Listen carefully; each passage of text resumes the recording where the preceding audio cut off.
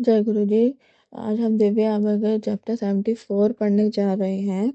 नशे से मुक्ति। बचपन में जालंधर जाने पर मैं सदा अपने ननिहाल में रहता था।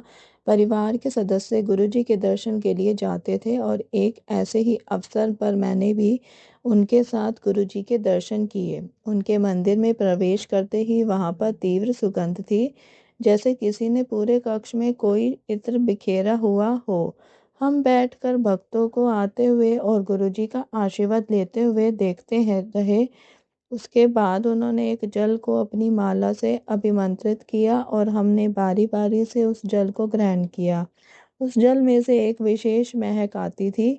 बच्चे होते हुए भी हम बिना दंगा या छेड़खानी किए हुए एक स्थान पर बैठ सकते थे। मेरे पिता एक ईश्वर के अतिरिक्त किसी को नहीं मानते थे। उन्होंने मेरी माँ को भी गुरुजी के पास जाने के लिए मना किया था, क्योंकि यह उन्हें पसंद नहीं था। अतः हमने गुरुजी के पास जाना बंद कर दिया। कोई 8 वर्ष के लिए हम गुरुजी के पास नहीं गए। हमारे अन्य संबंधी उनके पास जाते रहे। गुरुजी उनको हमें उनके पास लाने के लिए कहते थे। फिर गुरुजी दिल्ली चले गए।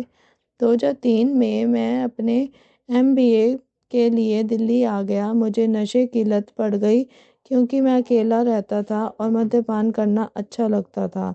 अपने अभिभावकों के कहने पर मैंने अपने यकृत का परीक्षण करवाया। यह परीक्षण पहले भी करवाया था और परिणाम अशुभ होते हुए भी मैंने उनकी अवहेलना की थी।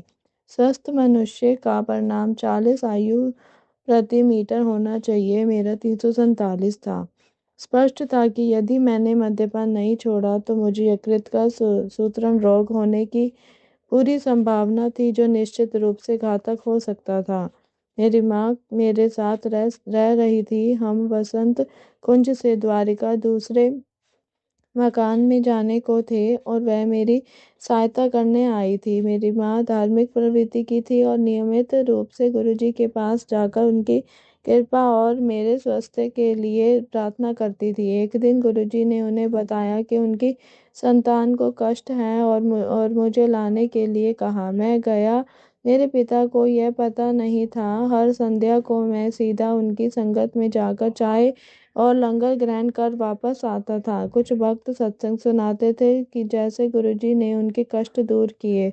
वहां पर कई ऐसे अनुयायी थे जिनको हृदय रोग, कैंसर और धन के अभाव से मुक्ति प्राप्त हुई थी और अब वह प्रसन्न थे। गुरुजी ने माँ को 10 दिन तक लगातार माँ को गुरुजी ने माँ को 10 दिन तक लगातार आने के लिए कहा। मेरे लिए ताम्र लोटा भी मंगाया, जिसे उन्होंने अभिमंत्रित किया और मैंने उसमें से जल पिया। उनके पास बैठे हुए मेरे मन में केवल उनके आशीर्वाद का विचार रहता था। इन्हीं दिनों मैंने एक अन्य चिकित्सक से भी परामर्श लिया। मेरे एक मित्र ने उनके बारे में बताया था। मेरे मित्र को भी यही रोग था और वह मेरे जैसे ही औषधियाँ ले रहा था। 4 मास के बाद भी उसका उपचार पूरा नहीं हुआ था। एक दिन गुरुजी ने मेरी माँ को कहा कि मैं स्वस्थ हो गया हूँ और उन्हें चिंता करने की कोई आवश्यकता नहीं है। मुझे पुनः सब परीक्षण भी करवाने को कहा। जब मेरे परीक्षण हुए तो परिणाम 40 आयु प्रति लीटर आया तो सामान्य था। मैं समझ नहीं पाया कि ये चमत्कार कैसे हुआ। मैंने गुरुजी को उनके आशीष के लिए धन्यवाद देना चाहा तो उन्होंने मेरे से प्रश्न किया कि क्या मैंने परीक्षण करवा लिए थे और मैंने हम हामी भरी। वे बोले, ठीक है ना, जा ऐश कर। मेरी माँ और मैंने उनके चरण स्पर्श किए और हृदय से उनको धन्यवाद दिया।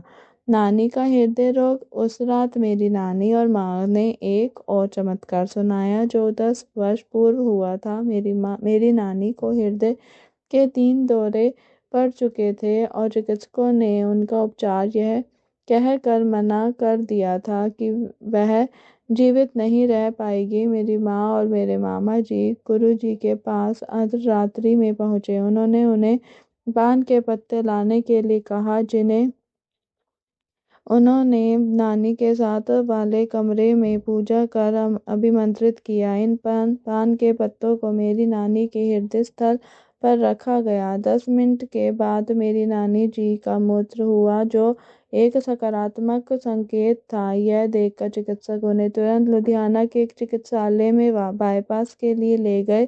गुरुजी के बिना मेरी नानी आज जीवित नहीं होती। कुछ अनुभवों की व्याख्या करना कठिन है, किंतु वह होती है।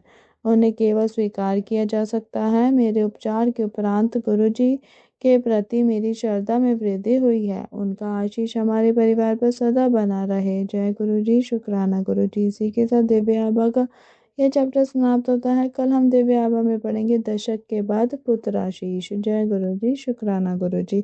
मेरी वॉइस में अगर किसी को अच्छा लगे तो चैनल को शेयर, लाइक और सब्सक्राइब करना ना भूलें। ओम नमः शिवाय। शिव जी सदा सहाय।